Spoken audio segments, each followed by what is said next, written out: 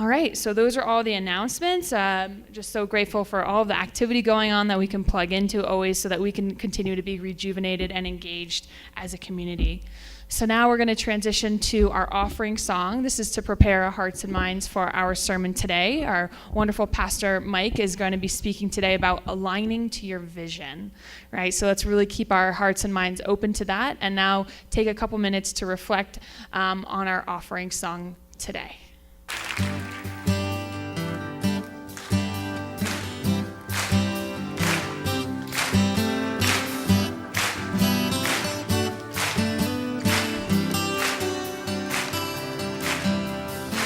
In the secret, in the quiet place, in the stillness, you are there. In the secret, in the quiet hour, I wait only for you, 'cause I want to know you more. I want to know you. I want to hear your voice. I want to know you more. I want to touch you. I want to see your face. I want to know you more. I'm reaching for the highest goal, that I might receive the prize. Pressing onward, pushing every hindrance aside, out of my way, 'cause I want to know you more. I want to know more. I want to know you. I want to hear your voice. I want to know you more. I want to touch you. I want to see your face. I want to know you more.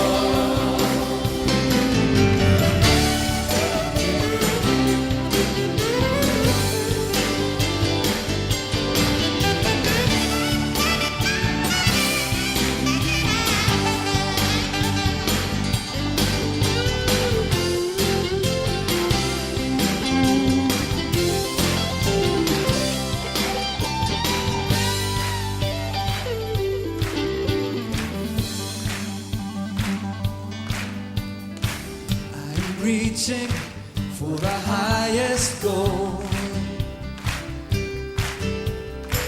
that I might receive the prize.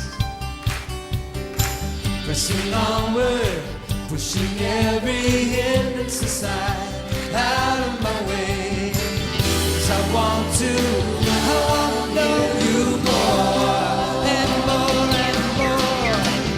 I want to know you. I want to hear your voice. I want to know you more. I want to touch you. I want to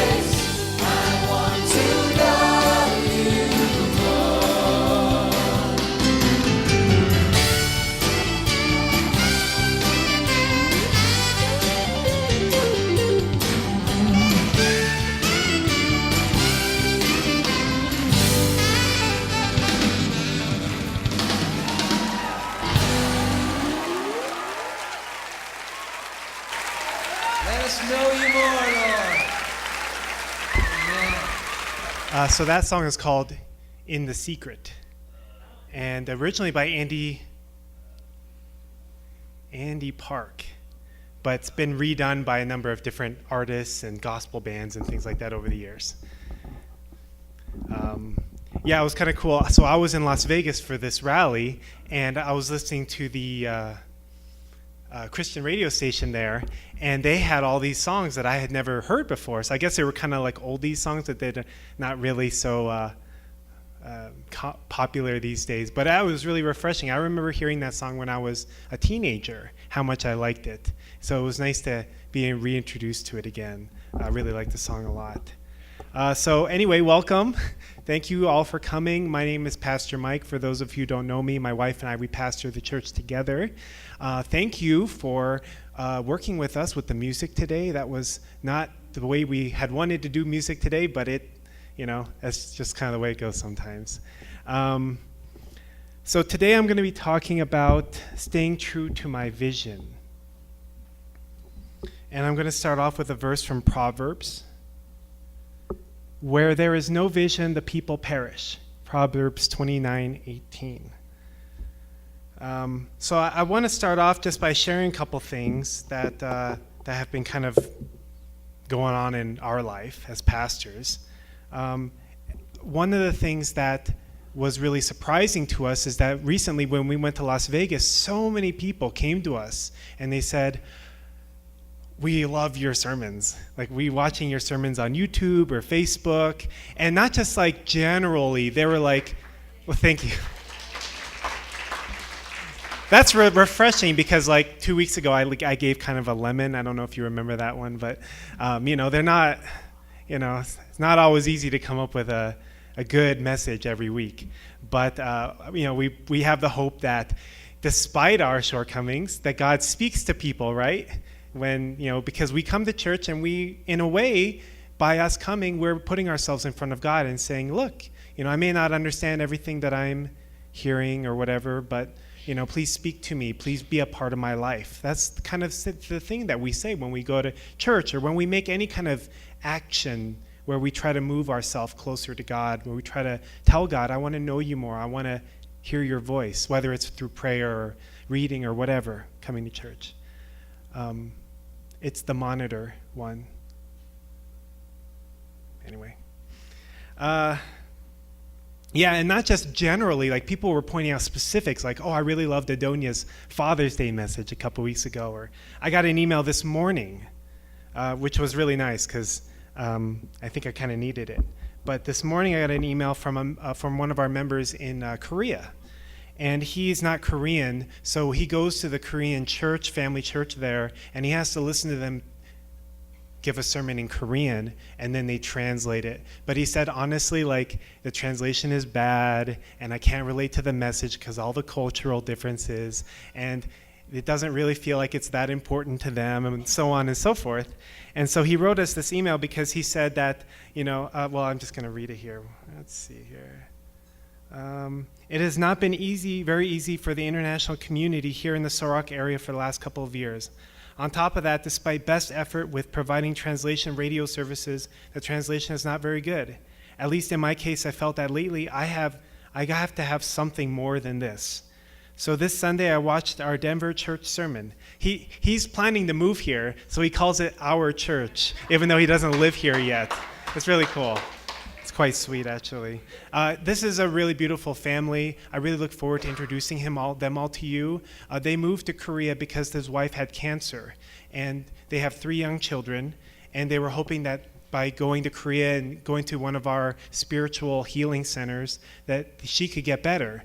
But she passed away this past summer. And so he's raising the 3 children on his own, but they're not Korean, so they're kind of foreigners there. So he really wants to come back to America and be in a community with other young families and to be in a place where he can get a lot of spiritual life and nourishment. So he looked all around the country, checked out all these different communities, and they decided on Colorado. And so, next summer, hopefully they should be coming. That's his plan anyway. Anyway, he said, I watched Marriage is the Key. You may remember this one. Adonia gave maybe a couple months ago. And he said, once again, I was surprised by how big of a difference it makes, how much I could relate to it, and how much it made me think of my wife and be grateful for knowing her. A few tears were had here and there as well, good tears. So it's beautiful. I also have been getting emails from people saying, how much the practical wisdom that we give of relating the Bible and the divine principle to practical life and understanding they've learned things that they never learned before. And these are people like, maybe some of you remember Wanporn, the Thai lady who came and she was with us for a while. Yeah, Jennifer, you remember her. And she watches our sermons from Alabama, where she's at now. And she was saying how much she loved it, but she was also saying how much the camera shakes whenever somebody walks by. And she said at some point it got so bad it made her almost want to throw up. So we were like, oh, wait, we have to do something about it, So we mounted it on. Hopefully it works better. Anyway, that's kind of the idea. And then, somebody else was telling us how much they don't like the background, but they love the message. So anyway, we're just taking all those things into consideration as as we try to progress and make improvements and so on and so forth. I got an email from a few days ago from somebody. He said, I would like to know more on the subject of what you were saying about Jesus' true purpose here on earth while he was alive. Because I have read and reread the Bible and have attended many different denominations, more than just once or twice, but spent months and even years with different ones to get that church's take or understanding of what the Bible is telling them and the message they are wanting to get across to their family, friends, and attendees going to their church or congregation, without having just any like-mindedness of what everyone is preaching or teaching, of what it all says in the Bible. I'm sorry, I'm even confused by what I'm reading here. Of how this all came to be and who our loving Creator is and what he is wanting for each and every one of his children here on this very beautiful and perfect planet that we are on. Just thinking of how much love and care has gone into such a very beautiful place and how every last thing on this planet has a very specific and perfect purpose to make it all work in such perfect order is and has always been on my mind all my life, and I know has been on the mind of many others as well. Anyway, I started this email a week ago when I met one of your family passing out cards and information about your church. So I decided to check out the information, which led me to y'all's website. Might be from the South. So I decided to write you and hopefully make it down there to visit with y'all soon. This has kind of been a recurring theme, actually. Many people who have come to our church, there's many people in this world who they can confidently say that I believe in God, or I believe in an afterlife, or I believe in something beyond myself. Maybe because they had a near-death experience or a dream that they just couldn't explain. Something were revealed to them, like some truth was shared to them that they couldn't have gotten just from their psyche. Or maybe they had some personal experience with God at some point in their life, or they met an angel, or something, But it's really hard for a lot of people, even with that belief, to really feel confident in the way that religion teaches religion. That institutional churches and denominations have taught about what the Bible teaches us. It's really hard, for example, for many people to fully accept the Bible and God, but accept that also God made the world in 6 days. And so what I have witnessed personally is that people who who believe in God but have a hard time with religion are able to have their faith renewed. This was something that Darshell shared with us, that she could believe in God again because the way we teach the Bible makes so much sense, and it really helps her to see that everything that the Bible says and who God is and everything going on in her life and what science teaches us is it all actually fits together. And that's really liberating for people. I mean, I grew up with it, so I take it for granted to some degree. But it's really liberating for people, and people are looking for that. So anyway, just wanted to share some things with you. For myself, sometimes I wonder, what's the point of preparing a sermon every week? You know, what's the point? Is it actually making any difference in anyone's life? Is it really worth all the effort to try to come up with a, with a good message, Sometimes I kind of wish we were like the Catholics, and it's like, they don't actually prepare like a unique message. They just do like the tradition, and everyone comes up and gets communion, and they say the same thing pretty much every week, and then they have a little variation here or there. Sounds really nice, but it wouldn't be inspiring to me, so it's just the way it goes. Anyway, lots of Catholic churches out there if that's your thing. So anyway, I'm talking about vision. And vision has always been something that's very important to me. I think it's important to all of us. And so I'm gonna approach it a little bit differently today than I normally would. I'm gonna be talking about something a little bit different. Hello, here we go. So this is the second law of thermodynamics. And there's a lot in this law of nature, but I wanna focus on this part about entropy. And keep in mind that I'm not a scientist, and so I'm kind of going off of what I found on the internet, but it seems to make sense to me. Anyway, the point is that in the part of the second law of thermodynamics is that all isolated systems, so all things that are left by themselves, gain entropy over time. And entropy is the measure of the disorder in a system. So breaking that down to common language, if you leave something alone, it breaks down over time.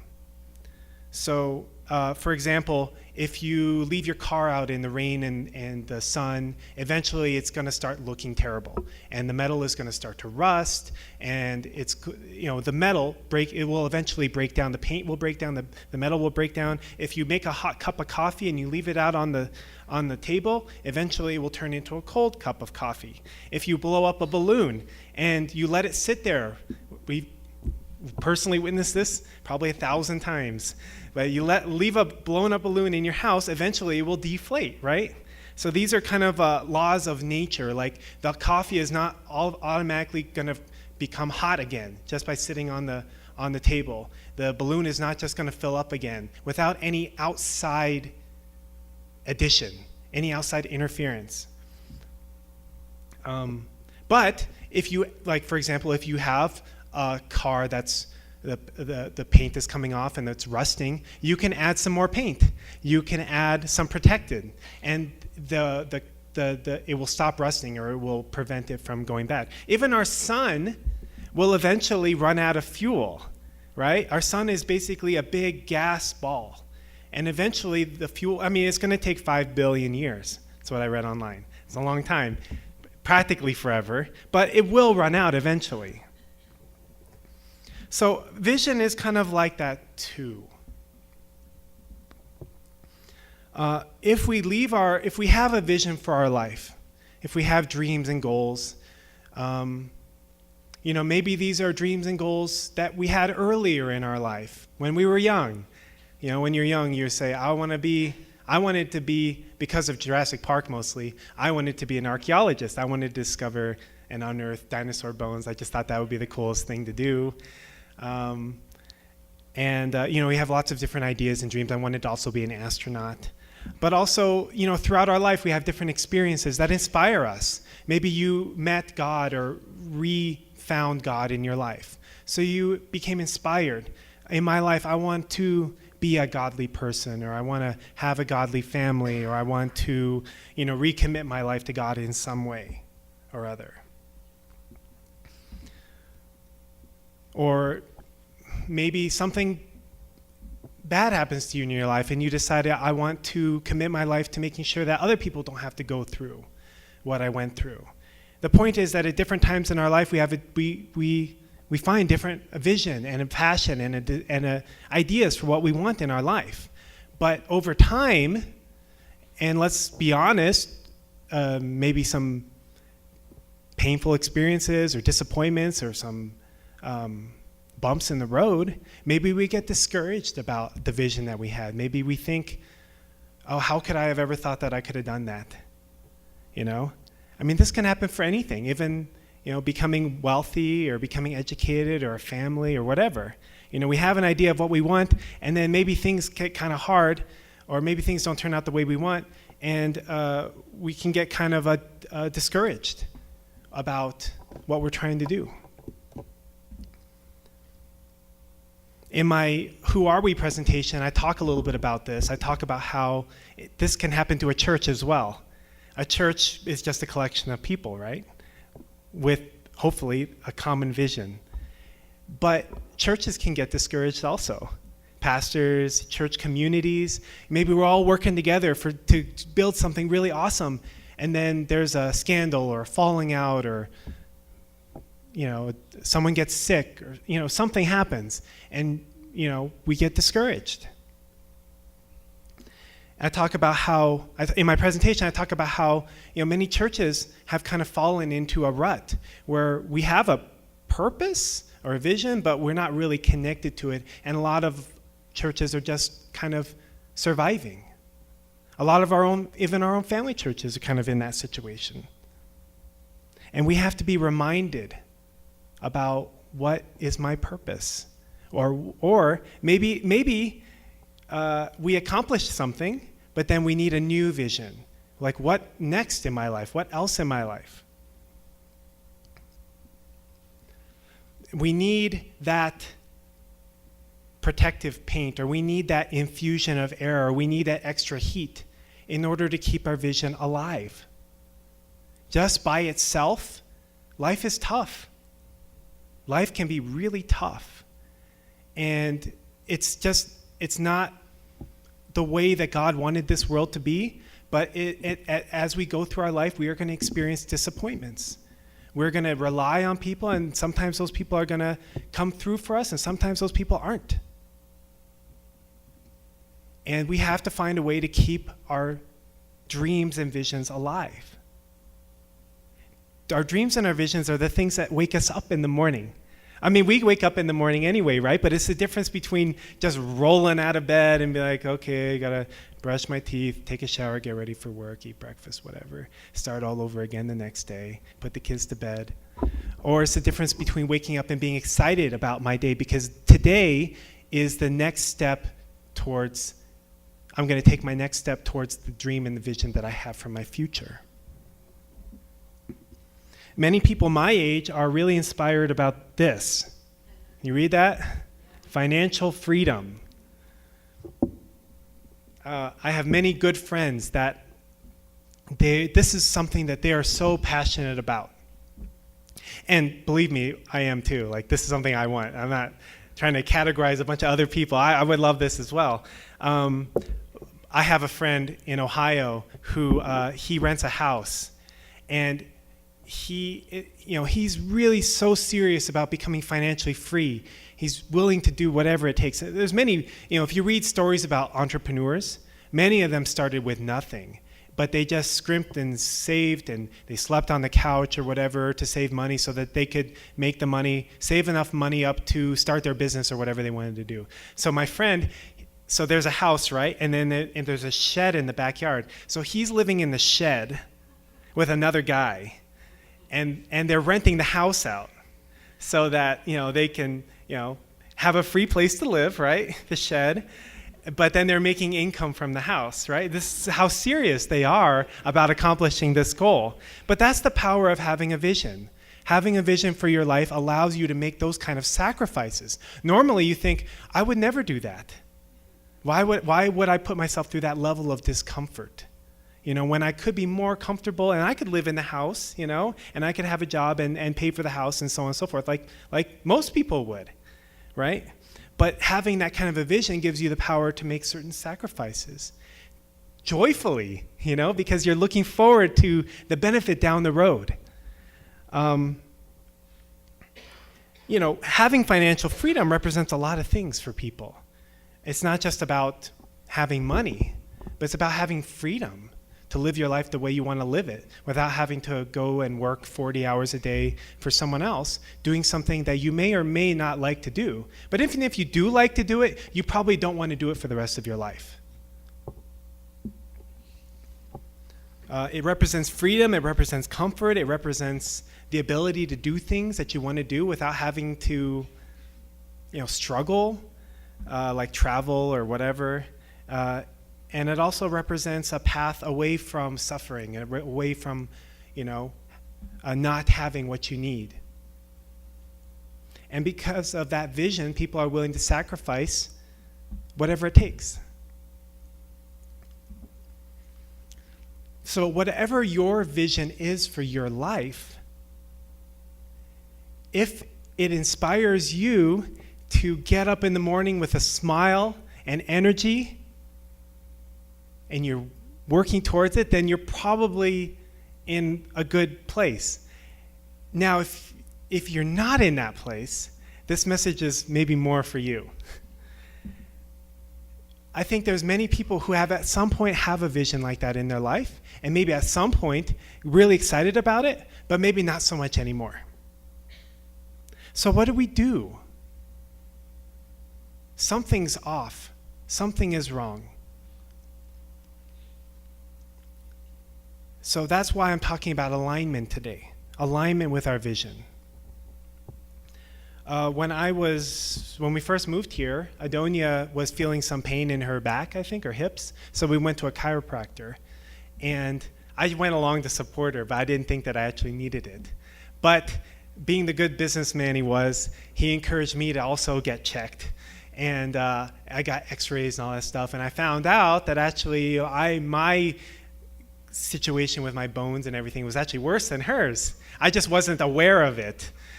Which was funny because for a long time I had noticed that my shoes wore really unevenly, like extremely. Like one shoe, the heel was like at an angle because the way I walked was like wasn't even. So the shoe wore really strangely, and then after a while, the shoe was just completely at an angle.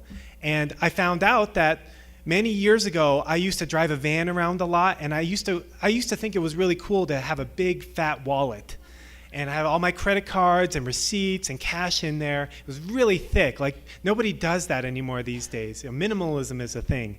But it was a really thick wallet, and I used to drive around and I carried it in my back pocket, right? So I'm driving hours and hours and hours. I got my wallet in my back pocket, and before I realized it, I started to feel a lot of pain whenever I would sit down. So I started taking my wallet out, but this was after like a year and a half. And I found out later on, the chiropractor told me that's probably messed you up. Like just sitting on that wallet kind of, misaligned my hips. And then when my hips were misaligned, it pushed one of my, one hip was lower than the other, and it forced one of my, you know what I'm talking about right over there. So it forced one of my arches down. And so, arch collapsed. And so literally, because my arch was lower on one side, this side over here, that my whole body was out of alignment. And after a while, it started to cause me pain. And after a while, it was just, somehow, my wife tells me this, like, I'm oftentimes not really aware of things in my body. Like, for example, with food, she'll say, oh, this is really salty. And I'll be like, I didn't notice, After years of eating fast food when I was younger, I just got desensitized to it. So for some reason, I just wasn't really aware of the whole leg thing going on. But it was a big deal. And if I had left it unchecked for many years, then I would have eventually had more and more and more physical problems to the point where it may not have been easy to correct without getting surgery. Fortunately, I was able to correct it by getting some adjustments and some, arch support things, Relatively simple, but I would never have known, and I would never have known to work on it. And so even a small thing in our life, if it's not alignment with our vision, can cause our whole life and our whole passion around the vision to go off center, to go awry, to get out of alignment. And so with a church, one thing that I learned about from Rick Warren, who's a pastor that I really look up to a lot, he says that when you create a vision for your church, it's not enough just to have a vision, but then not change anything else. If you're going to redefine the vision for your church, if you're going to redefine the purpose for your church existing, And we can put this on the personal level too. If you're going to redefine my reason for existing in this world and what I want to accomplish in my life, it's not just enough just to say, okay, I'm going to go do this. It's not just enough to say, hey, I want financial freedom, but not make any effort to get out of debt. It's not enough to say, I want a beautiful family, but then not work on yourself. These are things, everything worth having takes some effort.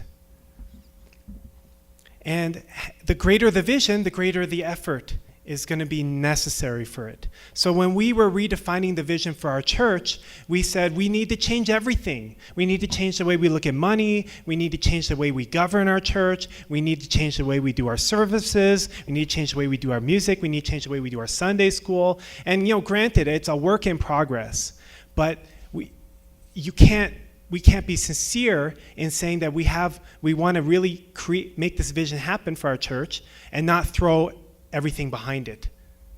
And so our life is the same way. And I had a conversation with a couple in Las Vegas. So before the rally, there was a pastor's convocation. Lots of clergy from all over the country came. And we were sitting at the table with one of them. This is a really nice couple, older black couple from Arkansas. And they were saying, we really want to get more young people into our church. And they were like, when we were young, there was young people coming to our church, but now that we're in our 70s, it's just a whole bunch of 70-year-olds. And I was like, okay, this is a cool conversation to have. So they were like, how do you get young people to come to your church? And I said, well,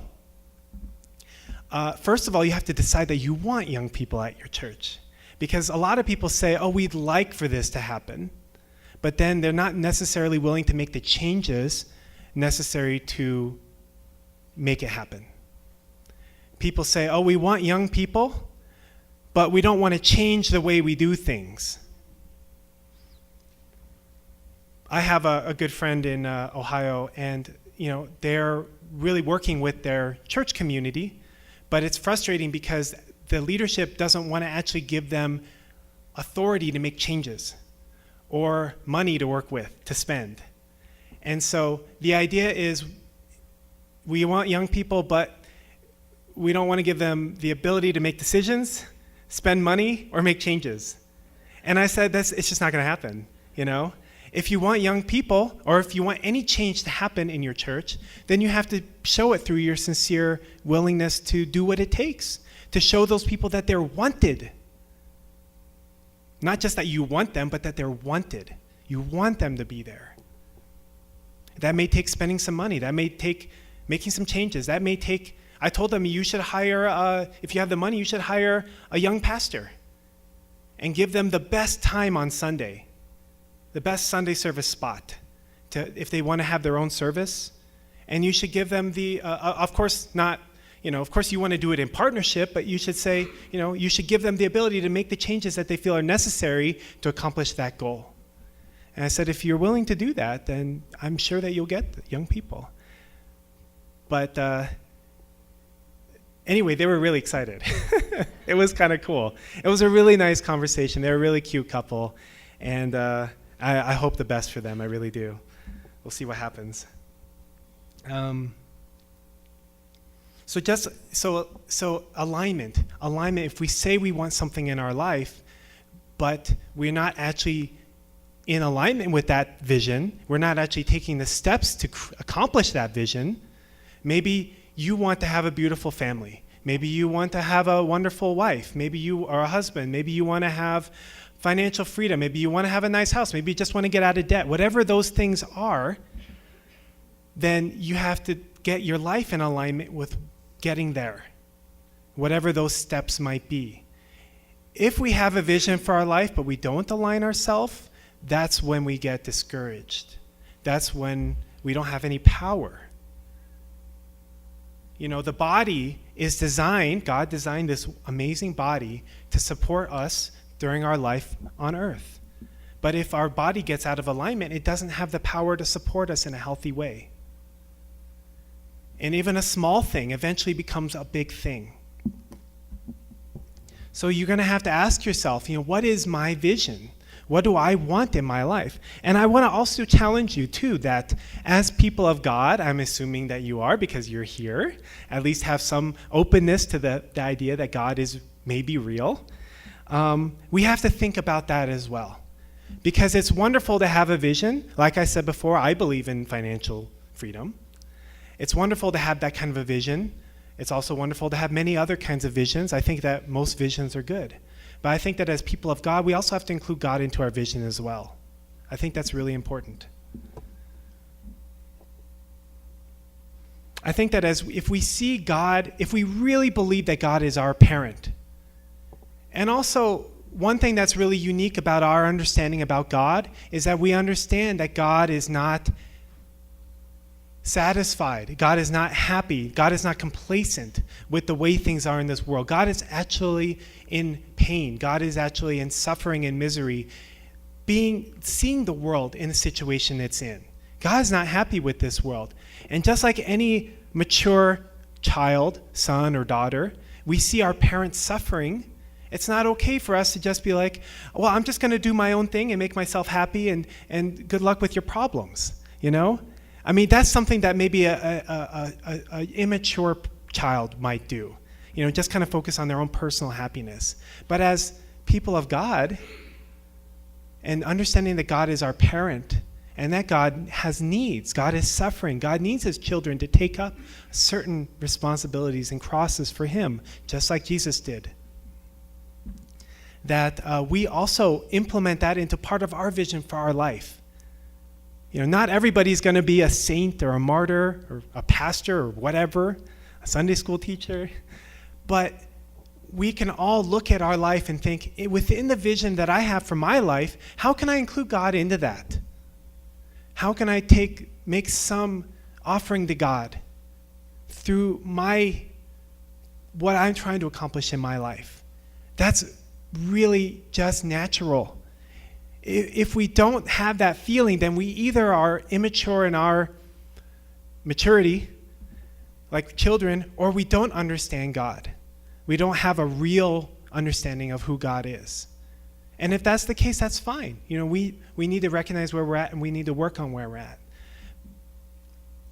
But as we are looking at the desires that we have for our life, we need to think, you know, it doesn't really take much. It's really not that hard.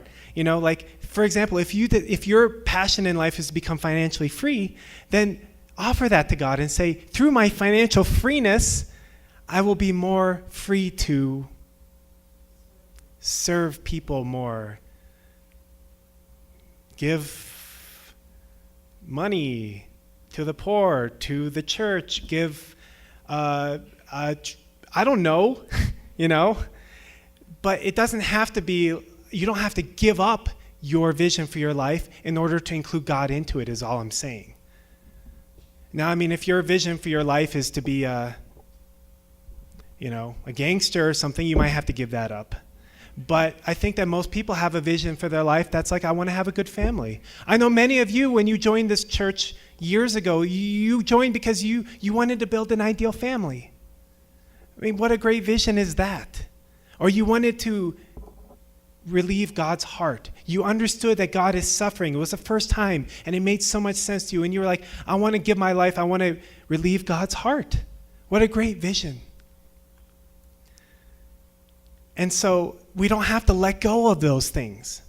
But wherever we are at in our life, we need to look for a way, how can I bring God into my vision for my life? Into my profession, into my education, into my family. What can I offer, or what can we offer that will give something back to God, that will help God in some way? I think that's really, really, really important. And I also believe that if we have that kind of a heart, God will want to help us accomplish our dreams. I believe that. You know, many people, we kind of hear this sometimes, or at least I do, that, well, God is happy if I'm happy. God is happy seeing me doing things that make me happy. God feels joy when he sees me doing something I enjoy. And of course that's true. But we have to grow up a little bit as well. And we have to understand that, yes, the parent is always happy to see their children happy. but the child shouldn't be happy if the parent is suffering. So going back to the law of entropy, and going back to, adding something, with our vision, if we don't continually add to it through prayer, through reading, through Sunday service, whatever it is, if we're not constantly adding to our vision, people who are really inspired about a vision, they're constantly adding to it, right? I remember when a few years back, I was really inspired about being healthy. That was my vision. I wanted to be super healthy, and I wanted to have a healthy family and healthy kids. Excuse me. So I was reading books all the time about health and different kinds of food and exercise and stress.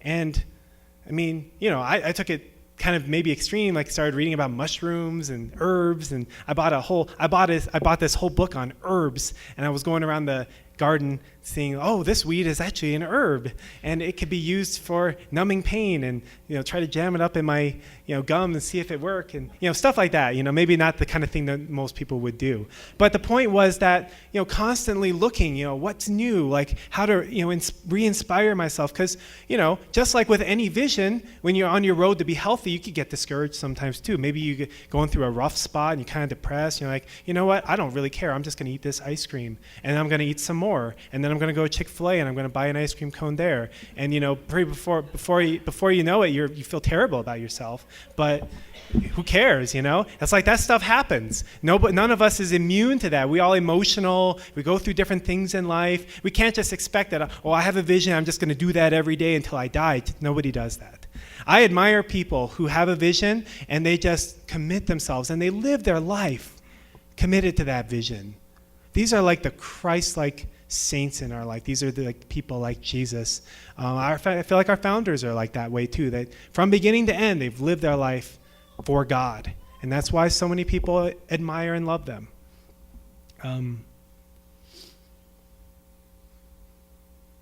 So, if people do that in their health or with finances or whatever, we also need to do that in our life of faith as well. It's important that we add to our life of faith, because our life of faith is part of our vision. What kind of relationship I want to have with God? What kind of a godly person do I want to become? What kind of values do I want to impart to my children? All these different kinds of things. Even if you're not like a pastor or a quote unquote religious person, we need to be refreshing ourselves, aligning ourselves. Also, we live in a kind of an interesting, messed up world. And the culture and everything teaches us all different kinds of values.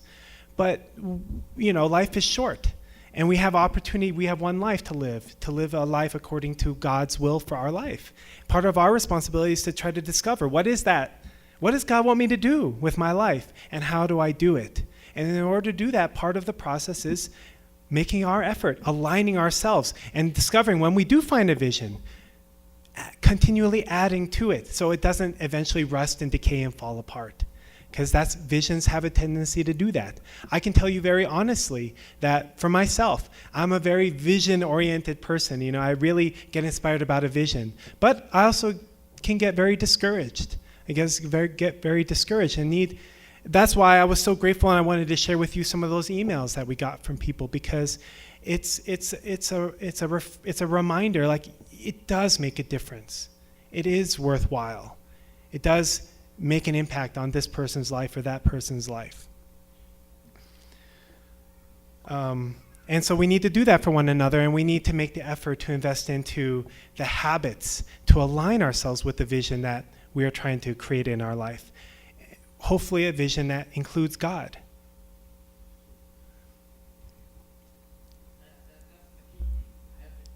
Yeah. We have to. If we have, we all have habits, and we need to change those habits sometimes. So that is the end of my sermon. So thank you so much, and please join me in prayer.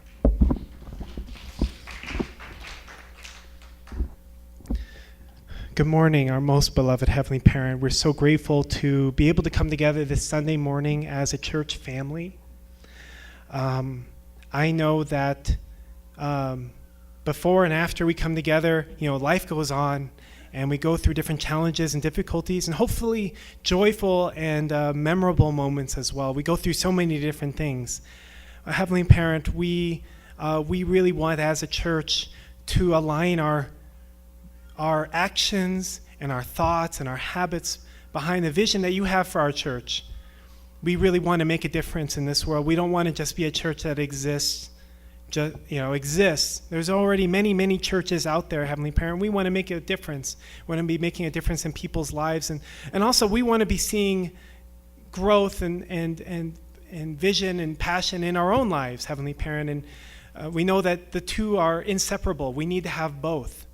And I pray that you can speak to us this morning, that whatever it is that we are looking for in our life, a vision that we have yet to discover, a vision that we have or we're already working on or that we're discouraged by, please, Heavenly Parent, we ask for your working in our life. We want to invite you into our lives as individuals and as families and as a community, that we can really become empowered people, that we can go for the things that we want to see happen in our life, and that we can include you, that somehow we can find a way that our vision for our life can also bring healing to your heart, to bring hope to your being, that we can uplift you and bring you joy, Heavenly Parent. We want to be grown-up children. We want to really think about not just our own happiness and our own well-being, but what are your needs, Heavenly Parent? What are your needs? What do you need from us in my life? What am I able to do in my life, despite my shortcomings, to offer something to you, give you something you need? And each one of us is unique. Each one of us has something different that we can offer. And I pray that we can discover what it is. We can align ourselves behind what it is. And that we all want to live a fulfilled life. Heavenly Parent, we want you to be a part of our life. We want to know you. We want to touch you. We want to be close to you, just like the song. So I thank you, Heavenly Parent. I pray for you to be with all of us, all of your children in this world. So many are, struggling and with life, trying to find meaning, trying to find purpose, trying to find direction. Pray, Heavenly Parent, that you are able to somehow reach all of your children, and that we can help you in that process. And I offer this prayer in the name of Jesus and in all of our names as a Blessed Central family. Amen and Aju. Thank you.